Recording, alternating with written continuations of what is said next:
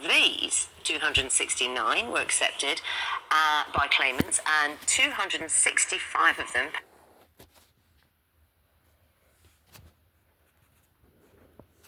paid out. Now, Terry's widow, Janet, who received a compensation offered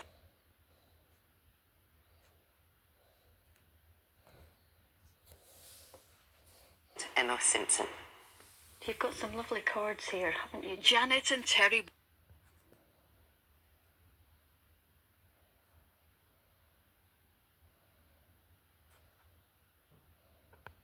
Walters were married for 48 years, through the best and worst of time.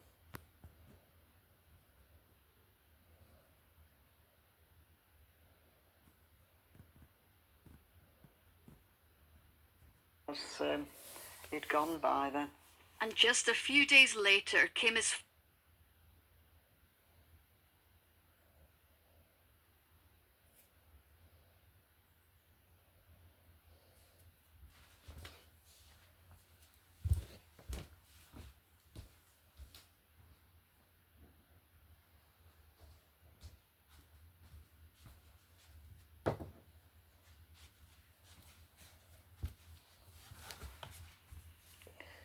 Yeah. and what would it have meant to him?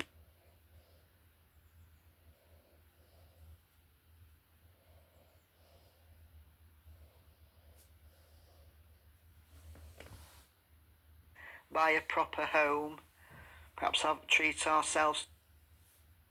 Could have done with him like that. About a year after Long and accuse you of doing something. It was devastating. I mean, 17 years out of somebody's life is a... Janet, an interim sum has helped, but she says she won't to that, there's the mechanics of the process, the unfairness. because she's going to fight on, and I think, like all... It took Martin, the first royal tomb since Tutankhamun. Indeed, indeed, and identified as King Thutmose II. Other pronunciations are also available. And as you say, it's the last of the lost tombs of Egypt's 18th dynasty. They ruled between about 1550 BC and 1292 BC. It had been known before this tomb since 2022 as Tomb C4, as its occupant was then unknown. But what's happened now is parts of alabaster vessels have been found which have inscriptions bearing the name of Pharaoh Thutmose II and identifying him as the deceased king, along, interestingly, with the name of his wife, Hatshepsut. Now, she's an interesting woman because after he died, she ruled as pharaoh in her own right, one of only 2 women to do so in ancient Egyptian history. Now, the mummy of King Thutmose II was actually discovered during the 19th century at a nearby archaeological site known as Deir el-Bahari Kashet, and it's thought it was moved there after it had been looted by tomb raiders centuries ago. So the tomb is not going to give us the kind of treasures that we associate with Tutankhamun, I'm afraid, but it shows us the architecture of these royal tombs. TV News suspended because of his relationship with Russia. So, how much of a role should King Charles play in keeping the Western alliance together? Yes, should he use soft power, as it's called, to play peacemaker between the US and Europe? Does he actually need to? To be honest, does he need to? Because, I mean, Ursula von der Leyen's already saying, yes, we need to do what America wants and spend more money. Spend more money on defence, but we know that President Trump loves the royals, right? So is it a trump card if the king gets involved? Well, to debate this now, we're joined by former senior gardener to the king, Jack Stooks, and the royal commentator, Richard Fitzwilliams. Very good morning to you both, gentlemen. Jack, let's start with you, shall we? Should the king play peacemaker? I don't think it's wise. We've seen in the past, the last time a king decided to get involved in politics, he lost his head.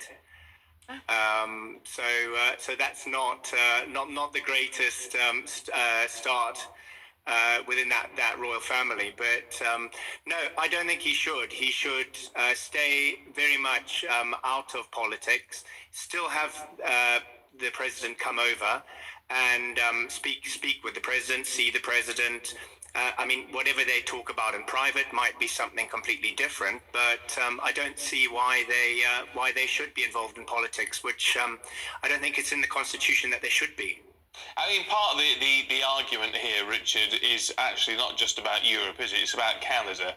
Because obviously Donald Trump has said, you know, Canada should be the America's 51st state, and the king has apparently mentioned to someone or reminded someone that he is the king of Canada, and so it would have to go through him. And in that sense, he's flexing his muscles, maybe? Well, constitutionally, his role, I think, is clearly defined because he acts as King of Canada on the advice of the Canadian Prime Minister Justin Trudeau. Now, there are symbols that he sends out, for example, when he visited the aircraft carrier HMS Prince of Wales, he wore his Canadian medals. Royal sources have indicated there may well be a royal visit to Canada in 2026. Of course, we take into account the King's health, but that appears, fortunately, to be things seem to be going in the right direction there. There's also an issue that's just worth mentioning, and that is that Queen Elizabeth visited the United States twice as Queen of Canada. In 2026, that is, of course, America celebrates 250 years of its independence. You can imagine that Donald Trump will put on a terrific show. Now, there's always the possibility that a royal may attend. I'd have thought of possibly Prince William, who knows, and there might well be a visit to Canada before then. Of course, things are moving at an amazing speed. We have to bear in mind this unique second state visit that's been offered. Also, a visit to Balmoral to Planet. All of this, of course, is very time sensitive because it's not likely to happen anytime soon, the way things are moving in the last 5 weeks. I mean, I think that no one's seen anything quite like it. But there's no question that when talks about a Trump card, President Trump is an admirer of the royal family. That's the one thing that I can say that has been consistent. And it's important also to remember when his first state visit, when he arrived with a helicopter on the lawn of Buckingham Palace, as Prince of Wales, he was welcomed by the then Prince Charles, and since then, the King has kept in touch with Trump by letter. All of this we saw just 8 days ago, the impression when that invitation was handed to President Trump. I mean, the situation is so awkward at the moment and things are so unpredictable. One thing that isn't is Trump's affection for the monarchy. And remember, regarding Canada, he knows that King Charles is head of state of Canada, and that too might be a break on anything he might consider doing. Jack, what do you make of that? No, I do hear what he's saying, but it's the fact that the king met with Zelensky very soon after what we saw happen in the White House, which irrelevant what the king might think, you know, we all saw it and we sort of thought, well, what's going on? Why is there this huge big scene about the fact he didn't have a suit on and that he hadn't said thank you as soon as he walked in? I mean, that's pretty much the crux of what the problem has been. So the king inviting him to Sandringham and actually seeing him at Sandringham. That point out that the problem is a great deal more than what President Zelensky was wearing. So the fact that the king saw Zelensky when he invited him to Sandringham, I mean, surely he doesn't need to say any more than that. He's seen President Zelensky. He said hello to him. He's obviously welcomed him into to his house at Sandringham, and the invitation to President Trump will probably still carry on and go ahead. I mean, I think they would be stupid to cancel it because they're just then creating more and more of an issue. So to have the king have President Trump over, I'm sure they will discuss it. I'm sure there will be discussions. But as far as getting involved in politics, it's not something that the royal family have have done. When we last saw Prince Harry get involved and say what he thought about politics, the press all jumped on him and all had their fair share of what he should and shouldn't be doing. And yet now here we are, in the same situation, but except it's the king. All right, you two. It's fascinating. Good to see you both.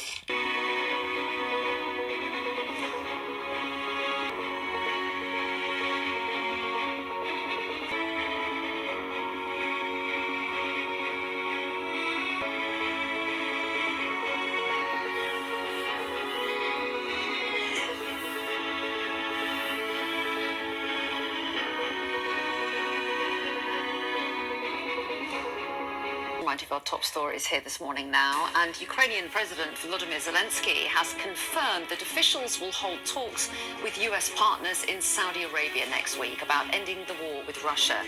It comes as Sir Keir Starmer is due to hold his own talks with European leaders today. Russia's ambassador to the UK has accused the UK, France and other European nations of not wanting to end the war in Ukraine.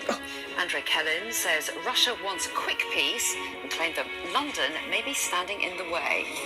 Do you think the UK is helping or jeopardizing the current path to peace? At the moment, the UK is at the head of those who are resisting quick peace.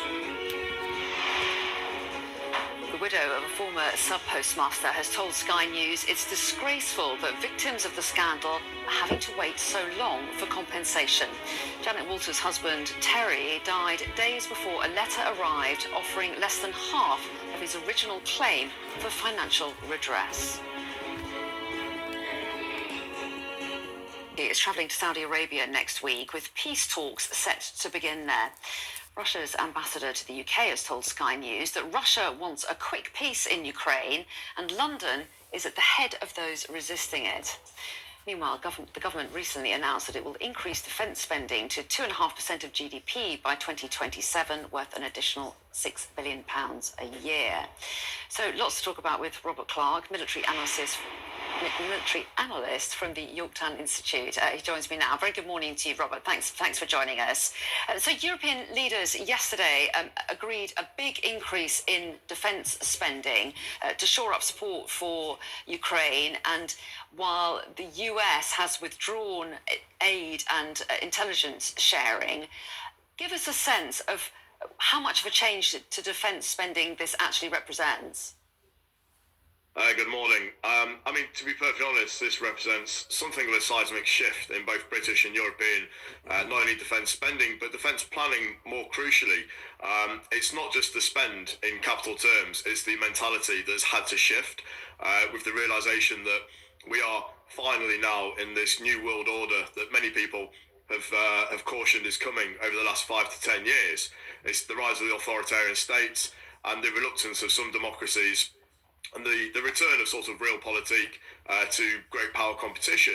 And Europe has been trapped in the middle of this, really, quite frankly, between the great powers of America and China, and then sort of revisionist powers like Russia, Iran, North Korea. So this has come at a welcome time, and to be honest, it's much needed. Well, yes, and so European leaders committing to spending more with, as we were saying, the UK has as well. But how quickly could it make a difference? I mean, we've seen the US withdraw support. Ukraine needs help now, doesn't it? It absolutely does. In terms of the most immediate effects, we can already see, and this needs to be said, people, I think, quite conveniently forget this, there's enormous pressure on Ukraine, on the Ukrainian population. Just this last week, there's been 2 hospitals have been reportedly targeted and bombed by Russian forces. Now, with the withdrawal of the American intelligence, satellite and targeting capability, this is going to fall increasingly on the Europeans to man. And unfortunately, most of our infrastructure is heavily related and linked to the American systems. So this is urgent, and this requires immediate recommendations to get around for the immediate safety of Ukraine going forwards. But there's plenty that needs to be done, and thankfully the UK, in stark contrast to the Russian ambassador's comments last night, is a force for positive good and change. This has almost fallen on Sir Keir Starmer's lap just at a time when his domestic ratings are quite low, he's now seen as really the man of the hour by many European countries because he has that relationship with President Trump. Coalition of the willing inside Ukraine. It's not thought that all would send troops. They might be offering support of other kinds. But are we getting a kind of picture of how any peace deal, should it be reached, and of course that's a big if, but are we getting a sense of how it might be policed if it was agreed? I know you're quite right. The idea of 20 nations contributing in some fashion is admirable, and it's definitely the steps in the right direction. It's well known that the UK and more broadly European forces are heavily depleted at the moment due to years of cuts in both manpower and equipment.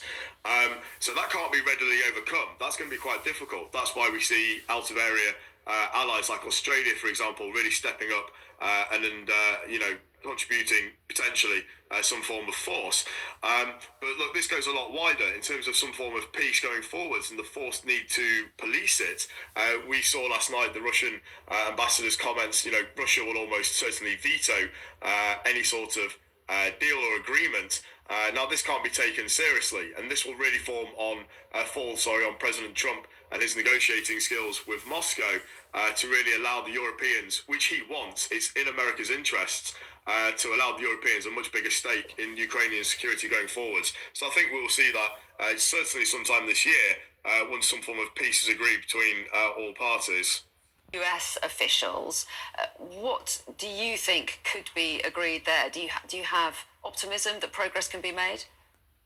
I do. I think the last week has been incredibly chaotic. It's wild to think there's only been 7 days since that deeply uncomfortable meeting between President Zelensky and Trump in the Oval Office. But we've already seen progress within the last sort of 96, 72 hours on that front. I think President Zelensky, he was initially bullied quite hard by the American administration. And I think many of us saw that coming. But in the last few days, we've really seen a softening of Washington, particularly of President Trump. Maybe he thought he's gone too far. Maybe President Zelensky's letter sort of soothe the edges. So I think over the next few meetings, over the next few weeks, they will form some form of consensus. I think it's going to be a lot more constructive going forwards. But it's a shame it had to get to that point in the first place. Light rail service is expected to stop running next week as bus drivers and train operators go on strike. Their contract expired on Monday and negotiations aren't making progress. At a VTA board meeting tonight, union members announced their plans to strike starting at 12:01 Monday morning. VTA says bus and rail service will stop running. For days now, the transit agency has been telling riders to prepare backup plans. The union wants bigger pay increases and a change to conflict resolution policies. VTA says it's made a fair and reasonable offer and wants the union to return to the bargaining table. Right, the showers are gone and the Bay Area is in for a chilly night ahead, but the frosty temperatures will not stick around very long. ABC 7 News meteorologist Sandy Patel is here with your 24-hour AccuWeather forecast. Sandy? Yeah, Dan, tonight's the night where you'll want to turn up the heat or put an extra blanket on the bed because look at this view. It is stunning. The skies are clear over San Francisco tonight as we look at downtown. Temperatures all in the 40s at this hour, so we're on our way to a cold morning. A frost advisory 1 to 9 a.m. North and East Bay Valleys and the eastern Santa Clara Hills, temperatures down to 32 degrees in the coldest spots. Higher elevations even lower, so we will see a frosty cold start tomorrow morning, 30s and 40s. The sun's out at noontime, and look at how much milder it is compared to days past. Upper 50s to the upper 60s. In the evening, it's going to be clear and cooler. I'll let you know how long this mild weather is going to last and when rain's back in the forecast. Your weekend weather is coming up. With the Solano County Sheriff's Office to help the police force. The department is dealing with a staffing emergency and currently has 78 officers, well short of the 137 that are budgeted. The Sheriff's Office is offering to provide 17 people at a total cost of just over $11 million. A lot of details need to be worked out, including how the city would pay for the assistance. Vallejo's police chief says the deal would make a huge difference in responding to calls. So my hope is that if and when we get sheriff assistance, that we would be able to cut response times in half. We would be able to be more responsive towards the call volume that we currently have. Vallejo's city council decided to move forward and needs to figure out the funding and answer a few other questions. The plan is to have everything together no later than March 25th. A school principal is on paid administrative leave 1 week after an on-campus stabbing. The Press Democrat reports Elsie Allen High School principal Gabe Albavera has not returned to the campus since the stabbing on February 25th. A classroom fight ended with one 15-year-old boy stabbing another a number of times. The student was taken to the hospital and is expected, we're glad to tell you, to make a full recovery. The victim's parent has criticized the principal because he was not contacted by high school administrators about this attack. Unions representing state workers are pushing back against Governor Newsom's order that employees have to return to the office 4 days a week. The groups have filed unfair labor practice charges with the state board. One complaint calling the policy, quote, inexplicable and unnecessary. Governor Newsom's order would require state workers to be back in the office by July 1st. The state is reviewing the charges and plans to respond through the Employment Relations Board process. Another delay in the process to sell Oakland Coliseum. The Alameda County Board of Supervisors came back from a closed-door session tonight with no deal. Supervisor Nate Miley assured investors they want this deal done. The county negotiating team says 2 documents need attention, including one dismissing a lawsuit filed by an environmental group, which has since been resolved. The group buying the Coliseum is still optimistic. We're too far. I mean, we've waited 5 years. Why would somebody, we feel good about the commitment. I appreciate Supervisor Miley speaking directly to investors. And, so that's important because the delay, those kind of delays are tough. The board will continue negotiating Friday and hold another session to vote on Tuesday. Another North Bay city may work with a controversial developer to expand its land. Rio Vista city leaders voted this week to look at annexing some land owned by California Forever. Rio Vista joins Suisun City in considering an agreement with the Silicon Valley billionaire-backed project. California Forever plans to build a new 18,000-acre city from scratch in Solano County. The project requires voter approval, expected to head to the ballot next year. The annexation process could bypass that vote, giving cities say in how the land is developed. A lot more to come here. A Bay Area-based car rental website used to steal vehicles. One would-be buyer helped police bust the scheme wide open. Soon your cheeseburger may come with AI on the side, how the technology is being put to use with fast food. Plus, a new Costco is coming, and these folks can't wait. We'll have a look at the long lines and also talk about the traffic concerns. First, a look at what's coming up tonight on Jimmy Kimmel Live right after ABC 7 News at 11. Jimmy. Stay up and we'll scream together. The director last minute told me to grope this guy, and it really didn't go well. A handful of bison were released into the wild. Today, there are at least 200. But even as Europe's largest mammal, they know how to keep out of sight. It will be difficult to get closer to them because they'll hear us, they'll see us, and they'll run away. So now, it's basically a waiting game. These majestic one-ton grazers serve an important purpose. Their endless appetite for shrubs and grass keeps meadows clear, while their fur and dung spread seeds, all adding up to a healthier and more productive environment. We have actually a good example of the bison working to keep this meadow open. Even how they source insect repellent has broad benefits. By eating the bark on some of the trees or rubbing on them, it helps this meadow to stay open for a longer period of time, which of course it will mean more food here in the forest for the bison, but also for other smaller herbivores. Scientists call bison a keystone species because, like beavers, sea otters, and wolves, they help maintain a healthy ecosystem. But new research shows their positive impact could be even bigger. We're only learning now that animals like bison can have a tremendous impact on the carbon cycles. Oswald Schmitz from Yale School of the Environment is building a body of research dedicated to the impact of animals on climate change. What we want to do is learn the feasibility of, using these animals to be a natural climate solution in terms of their ability to boost the carbon storage in ecosystems.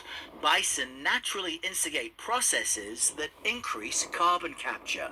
They graze on grassland vegetation.